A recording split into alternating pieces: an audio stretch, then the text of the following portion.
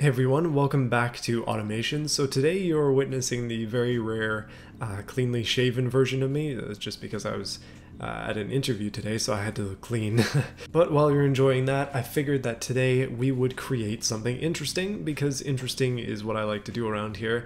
Is 100 horsepower enough to move X amount of weight, which you've probably seen in the title? We're going to try and make an extremely heavy vehicle and then gear it properly so that 100 horsepower out of a 4-cylinder is enough to move it. So let's try. Now I know that my face is blocking part of the screen, but you can see these heavy trucks down here. Those are, as far as I know, some of the heaviest vehicles in the game, but we're not going to be using those this time. I've done it in the past. I thought about using this semi-truck here, but I don't know, semi-trucks are cool, not quite what I want. And in the end, I settled on a fire truck. Let's do it. Oh, it's big. Oh yeah, this is gonna be fun. So naturally, because I'm going the heaviest that I can, we need to choose the heaviest materials that I can find. Also, designing this is going to be such a pain in the butt, but we'll get there when we get there. It's going to be steel, ladder frame, steel, a front longitudinal engine, and it's probably going to need leafs on the front and the back because it's a fire truck. Now I can't remember if quality here up and down increases the weight or not, so we'll have to mess with that when the time comes. It's probably going to be quality down makes it heavier, so we'll get to that when we get there. Alright, it's time for a new engine. So just like I said, oh wait, it's actually going to be rear wheel drive, that's a mistake. Anyway, inline 4, rear wheel drive, if I could say it properly, that would be the game. Cast iron, push rods maybe? Yeah, you know what, cast iron, push rod, it's square 2-liter. I mean, I'm kind of liking those engines these days. Square engines are not even that bad. All cast internals, maybe heavy duty cast, we want a little bit more torque. And then again with the 2 liters. Compression and stuff we'll come back to. Turbos are a no. And yeah, let's give it EFI. Multi-point EFI, standard intake. Yeah, it's pretty basic. Regular fuel, and yeah, let's just tune this thing so it has 100 horsepower. Okay, right out of the gate we have 82, and we are knocking slightly, so that's worrying. A little bit more fuel perhaps, and that goes away. 95 horsepower, probably less compression, and a little bit more RPM. That's flat as heck up there. Yeah, you know what, I don't really need to do much to this. It's going to be poorly tuned, I guess. That's not just a guess, I know it's going to be poorly tuned. Okay, I've tuned it very specifically to be 99.9 horsepower, 149 newton meters up at 3500 RPM. That's the peak torque. And obviously peak power is 6200 RPM, which is not much. If I raise this up a little bit, then we start to get into issues down low with the pistons and stuff. Obviously they can't go higher than that because I did heavy duty cast. So this is going to be at 100 horsepower. Let's go. Oh yeah, the exhaust is restrictive as heck. That's pretty normal on cars anyway, so I'm going to leave it. Alright, time for the design. Body quality is important as well. There's no tooltip for it, so we'll have to adjust that as necessary. And body morphing is also going to be important just because I want to make it interesting looking. Maybe not that flat, somewhere in the middle. Oh, we can go extremely flat at the back or full up high. I feel like full up high is what I want. And then bring that in. We could have like closets and stuff, I guess. Things for tools. When I say closets, I mean toolboxes. I don't know. I don't know what's going on today. Or any day for that matter. There's nothing in my head anymore. Alright, paint. Obviously it has to be red. It is a fire truck after all. But we'll get rid of the flake and we'll make it just pure red. That's all it needs to be. High shine chrome for the trim. Although this trim is absolutely awful, so I'm going to have to fix that. And also chrome rims. Okay, I've got some work to do on the other stuff though. Okay, so here is the final look of the design, I guess. I decided to add a black line through it and make all the trim black, and then it's chrome as well. So it's like a chrome black red look. I think it looks pretty good, so I'm just gonna stick with it. And now it's time for fixtures, but I'm actually gonna skip ahead significantly because I wanna get a weight first. And then we'll come back and do the design. Let's make sure we know how heavy this thing is gonna be. Rear wheel drive with an automatic transmission. Probably more ratios the better, so 9 speed, that's going to be a lot of speeds to run through. It thinks it can do 130, which is ambitious, so we'll try for that. Spacing is important. Dead center right now, first gear only goes up to 23 kilometers an hour. That is not much. I was just thinking that 4x4 weighs more than rear wheel drive, but fire trucks are not generally 4-wheel drive from what I understand, so probably not going to do that. And it looks like if I have this down that the weight goes up, so yeah, heavier weight the better. Okay, so tires are extremely important because tires are heavy, and we're going to abuse that fact significantly. Let's go for a medium compound tire. We don't need anything crazy on this. And put some thick lads on there. Oh yes, that's thick. They stick out a little bit too much, to be honest with you. That's a bit of a monster truck now that I'm looking at it. Man, have you ever seen a fire truck with such flush fitting? That is beautiful. So 365 seem good to me. Those are 26-inch rims, and I want to kind of make these bigger, just for fun. We'll go for a size up on the tire diameter. Okay, brakes are extremely important, quite obviously, so it's going to be vented discs at the front, maybe 4 pistons, and then solid discs, 2 piston. We'll get back to that, obviously. It's going to need a lot of brakes to stop, so these are going to need to be huge, just naturally speaking. And we'll give it every seat we can with a fire truck's more like a standard interior, I guess. We might have to increase that just to increase weight, like handmade interior. This is a Lapa luxury truck, okay? Heavy weight is what we want. And we'll go for a luxury HUD as well, just because it weighs more. And obviously this as well. This is going to be a very heavy vehicle if I've done this right. Power steering, ESC. We want higher here so that it weighs more. Full safety, obviously. And then high quality safety as well. Suspension, standard, active, I don't know.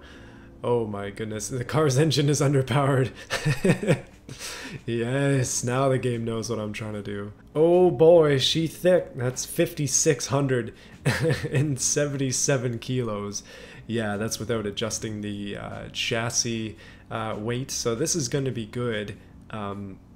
It's in fact going to be very, very good. I'm excited about that. If we go to the trim body, so we're at 5677, down to the trim body, super low quality, 56, oh, it went down. There we go. Okay, so higher quality actually means more weight in the case of that, so I mean, I'll take it. In the case of the chassis, it was the opposite. Lower quality meant lower weight, higher weight, which is what I want. Which is 6882. So it's almost 7,000 kilos. That is brilliant. Strong understeer, beautiful. Rear brake force is low, even though I made the brakes massive. So that's great. How the heck are we going to fix this? Yeah, you can see the fronts are here in the red. That's fine, but the brakes on the back are just not going to cut it. 4 piston, maybe vented. They're 420 mils. It's as big as it gets. Sportiness is at a staggering 35.3%, which is brilliant, I must say. Okay, so I'm trying out air suspension with a sport preset. I kind of want to get that drivability up a little bit, and we'll try and work on the understeer as well. Although honestly, I feel like that's just not gonna happen with the current wheel setup. We have to shrink the front, actually increase the front size. So the best drivability according to this is 395s in the front and 310s on the back. That is nuts, and it does not make much sense to me at all. Does anybody understand that? I'm just gonna turn this down to where it was before and crank this back up. We're just not gonna worry about that too much. As long as it drives, that'll be fine. It's not gonna be very fast. 0 to 100 kilometers in 999 seconds. It's not even gonna reach it. Oh my goodness, the wheel sizes make such a difference. Okay, keep in mind that this weight currently over 7,000 kilos, is using a small 4-cylinder engine. Imagine if we had a 21-liter V16 iron block in this lad. That thing is like 1,000 kilos on its own. We could probably get closer to 10,000 using that method, but I don't know. 7,000 might be good enough for this test. In fact, I'm going to call it there. 7,000 is good enough. Okay, while I'm here and still in automation, because who knows if this is actually going to work or not, I am going to quickly add some stuff to this. Now, I have no idea what fire trucks look like, so this might be a small issue, which is dumb considering I live pretty close to a fire station. I should know. Okay, I got a particularly attractive one. I think I'm going to use this over on my second monitor, and we'll hope for the best. Looks like they're often half white. So maybe I should turn off this black and go white instead. I'm considering new things now, looking at this actual model of one instead of my own design. That does look a lot brighter and more cheery, so I'm gonna go with that instead. And fine, that does look a little bit more like a fire truck, so we'll go with that too. A couple more color adjustments then. Okay, so that's looking a little bit more like a fire truck. Time to actually design the thing. Okay, so here's a front end of a fire truck. Copied exactly off of the design that I'm looking at here, which you are hopefully also looking at if I don't get too lazy in editing. I'm looking at you, me. Basically, it's an emergency vehicle, so it's got hazard lights everywhere. It also needs to have headlights and grills and stuff. They're made not to look pretty, but to be functional, so that's what I'm trying to replicate here. We'll also do some hoses and stuff. I don't know, I didn't intend to fully design this, but now I am. That's just how things go. Fire trucks are a pain in the butt, though. Oh, look at that. We've got a whole bunch of hose fittings, too. This is going to be cool. I'm just trying to finish off the front. It's taken me a while here. By the way, I'm going for like an Air Force theme, I guess. I don't know. It almost looks like the Winnipeg Jets logo. Oh yeah, there is one crucial element of this, and it's just tiny and hiding on the back. You will see that eventually. Okay, I'm not sure if that improves or takes away from the overall look of the truck, but it's up there, so we'll just have to work with it as is. It's not really a fire truck thing, but it'll have to do. So that's the front end. It's been a while. Okay, so I'm going to use these sort of hose end things, which are cool, and I'm just going to make it the same on both sides, so we'll have like double hose ends. I know that might not make total sense for anybody who actually knows anything about fire trucks. I'm sorry. But we've got like panel latches, kill switches. That's cool. Maybe we'll just add one of these in here too. Both sides. Air Jack Actuators. Ooh. Wow, this has a lot of stuff. Goodness, that's a lot of detail. For the purposes of this build, I'm trying to keep it simple, so that's all I'm going to do there. Just nice and easy. And obviously we got to put some pipes up top. There's a lot of space there, so let's get some exhaust pipes and we'll use them for this purpose. Alright, that's nice and clean, nice and simple. Doesn't make any sense, but it doesn't have to. As long as it's clean and relatively easy to read, it's like, yes, this is a fire truck. That's pretty much it. So the back is next. Okay, so usually the back, it seems, is full of more pumping equipment or a door to cover it, I guess, and a ladder to get on top and some lights. So yeah, let's make a big stack on the back. Okay, I realize that these are pointing almost directly into the ground, which is probably not good. Anybody who knows anything about fire trucks is cringing throughout this entire video, but don't worry. The cringe is almost over, at least this portion of it. The driving stuff is coming up next, and that's where it gets exciting, at least for me. So I'm going to put 2 of these things on the back, just to have something there, and maybe a couple of these gauges, or 10 gauges? I kept my word by placing 10 gauges on the back, although they look terrible. Let's make them look worse. My man knows how to place some gauges. That looks horrible. But that's just how it's going to have to be. So I think that's going to be it for style. Just ignore the back. It's a disaster. But everything else, especially from this sort of angle, looks fine. Let's get this thing into BeamNG and see how it drives. Alright everyone, so this is what the fire truck looks like in BeamNG. It looks great, and as you can see, the BeamNG has made a few changes to the UI and also everything else, which is very nice to see. But I'm happy to just get in the game again. This is BeamNG 0.24. I haven't played for about a week or so, but yeah, the fire truck actually works. It's very slow and it is extremely quiet. And when you're accelerating the back end is heavy as heck, so it's weighed down quite a lot. You can see that it's not exactly balanced, which is kind of funny, but oh well, it works. So yeah, apparently 100 horsepower is enough to move this kind of vehicle. Again, it is deathly silent, so I don't, well, I put mufflers on it, so maybe that was my mistake, but it's not exactly quick. It'd be kind of hard to break things with this, I think. Obviously 60 kilometers an hour is not practical. This is why actual fire trucks have a lot more than 100 horsepower. But I guess the name of the game for me was more just, can I make a 100 horsepower car that can move 7,000 kilos? And the answer is yeah, it's not even that slow considering the weight. I think the saving grace is, of course, the gearing. If it wasn't geared properly, it just wouldn't work.